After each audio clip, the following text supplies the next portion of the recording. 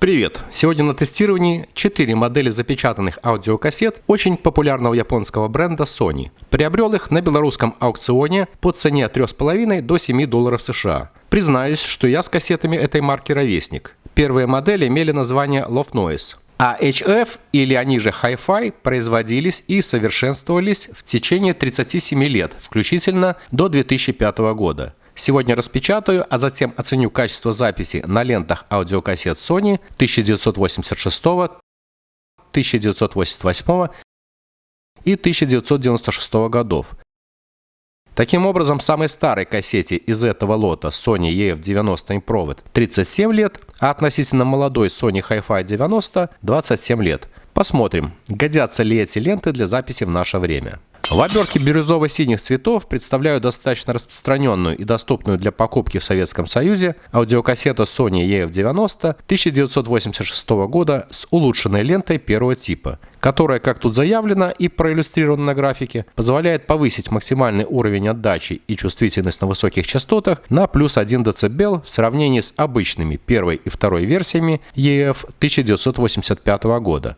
У меня уже третья версия этой модели 1986 года. В 1985 году это была просто модель EF, что означает Excellent Fidelity или отличная точность. В 1986 году это лента с улучшенной формулой EF Improved, а в 1988 году это уже Super EF. То есть спустя 2 года компания Sony снова вернулась к модели EF и производила Super EF90 до 1992 года. Обе представленные здесь аудиокассеты модели EF бюджетные и стоят отдельно в ряду кассет Sony определенного года выпуска. EF не создает свою линейку лент первого типа от низкого до высокого класса, в отличие от той же HF, с которой в Европе и Америке начинался модельный ряд. Производились эти модели только для рынков третьих стран. Обертки с лицевой стороны выглядят в общем-то схожие. Сверху такая цветная полоска с именем бренда слева и логотипом справа. Обе кассеты оснащены лентами первого типа из двуокиси железа. На оборотной стороне оберток представлены АЧХ,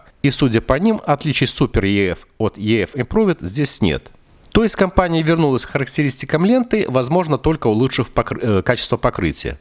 Так ли это, оценим позже. Обе кассеты хвастают высокой устойчивостью к теплу, что актуально при их использовании в автомагнитолах. И в 1988 году на обертку уже был нанесен штрих-код. Обе аудиокассеты изготовлены корпорацией Sony в Японии.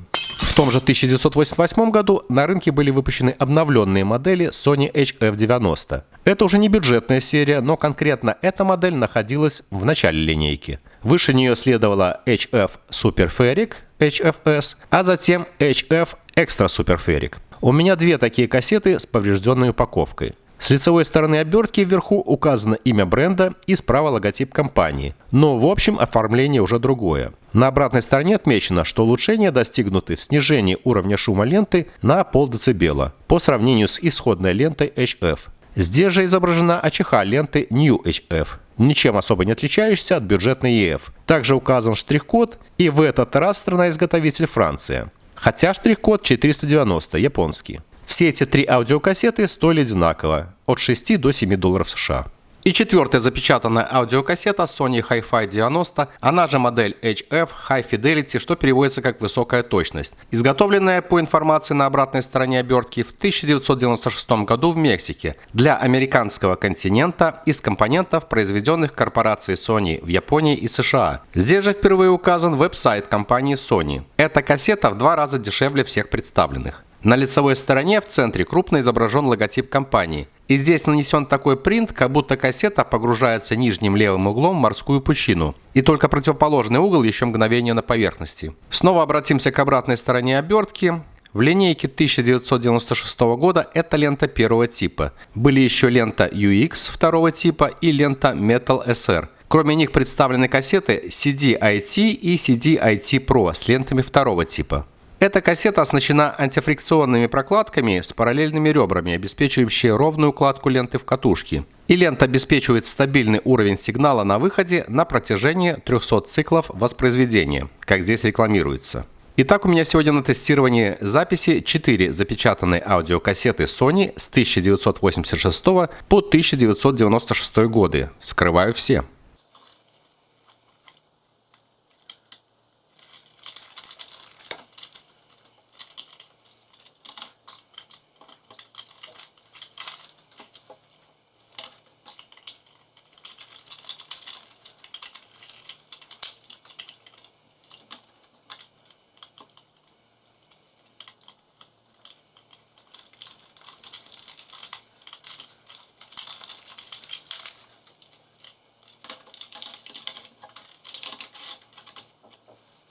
Все кассеты вложены в одинаковые полноформатные футляры из прозрачного пластика с тиснением на крышке в верхнем правом углу Sony. Только у Sony Hi-Fi грани закругленные.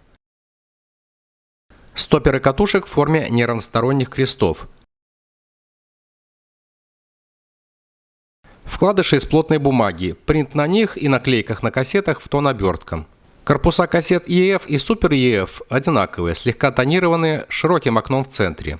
У EF Improved он разборный, а у этого варианта Super EF он клеенный. Хотя в моей коллекции есть подобная модель в корпусе на винтах. Ее я купил в начале 1990-х в Минске.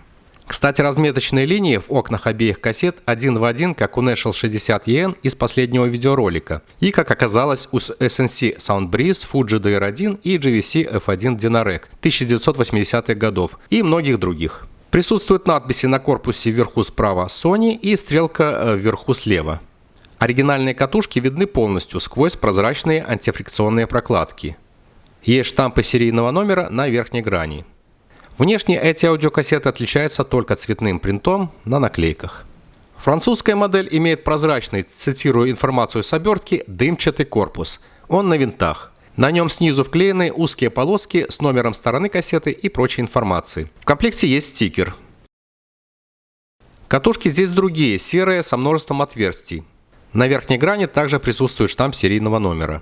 Мексиканская кассета Sony Hi-Fi 90 в клееном прозрачном корпусе. Без наклейки, принт нанесен на корпус краской. Катушки белые, подобно модели HF 1988 года, но с черными фиксаторами.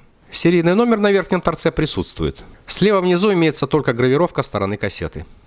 В Sony EF 1985 года еще использовался цветной ракорд. А в моделях 1986 года ленты Sony стали оснащаться цветным отрезком в начале прозрачного ракорда. Все эти кассеты с хронометражем 90 минут имеют отличающиеся по цвету ролики и прозрачные ракорды с салатовым отрезком в начале. За исключением модели Sony Hi-Fi 1996 года. Здесь розовый отрезок. Металлические экраны под подушкой также имеются. У модели EF Improved 1986 года лента первого типа из оксид-железа с улучшенным коричневым глянцевым покрытием, а лента Super EF 1988 года имеет такую же глянцевую, но темно-коричневую ленту и по характеристикам должна превосходить EF. Лента HF 1988 года еще более темно-коричневая и такая же глянцевая. А кассета Hi-Fi 90 для рынка Америки спустя 8 лет оснащалась такой же лентой из оксид-железа по цвету, не отличающейся от французской. Теперь я калибрую трак записи кассетной деки Pioneer CT777 под все представленные ленты Sony и сделаю запись одного музыкального трека на них. Вам же представлю смонтированный вариант записи трека последовательно на все аудиокассеты. Слушаем. Но сначала калибровка. Напомню, что кассетная дека Pioneer CT777 оснащена автоматической системой калибровки тракта записи, при котором осуществляется последовательная настройка тока подмагничивания, уровня записи и эквализация.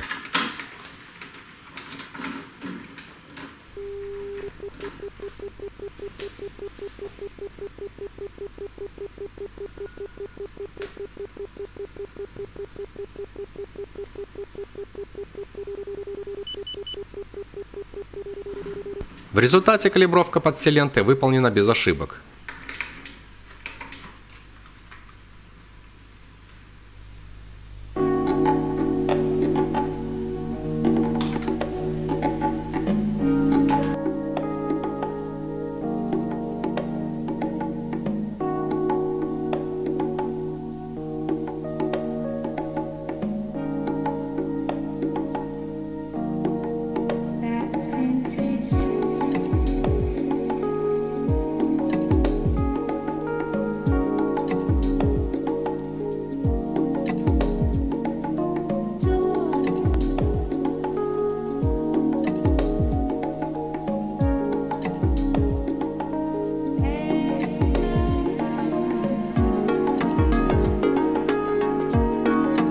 Источник.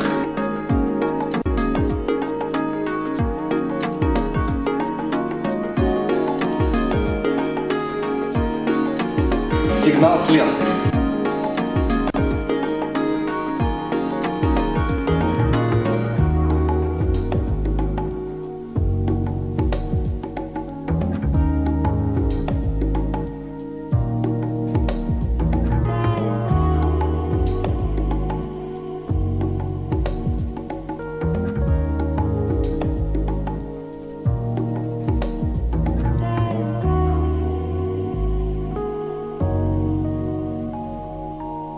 уровень записи выставил по сигналу источника.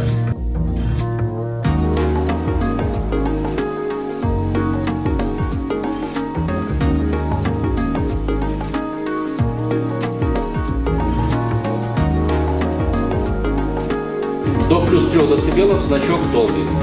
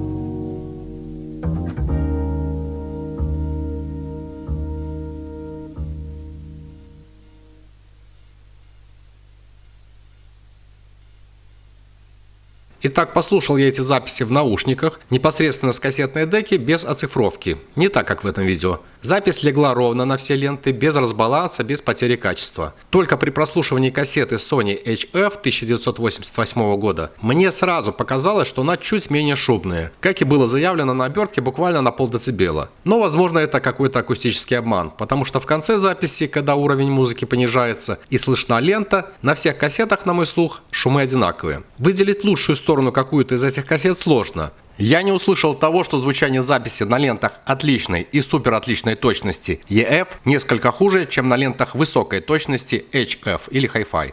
Пока все ленты новые, все good, поэтому писать на них спустя 3 десятилетия вполне можно. Мне же интересно ваше мнение о кассетах Sony. Предлагаю подписаться на канал, а встретимся здесь же. Пока, до встречи.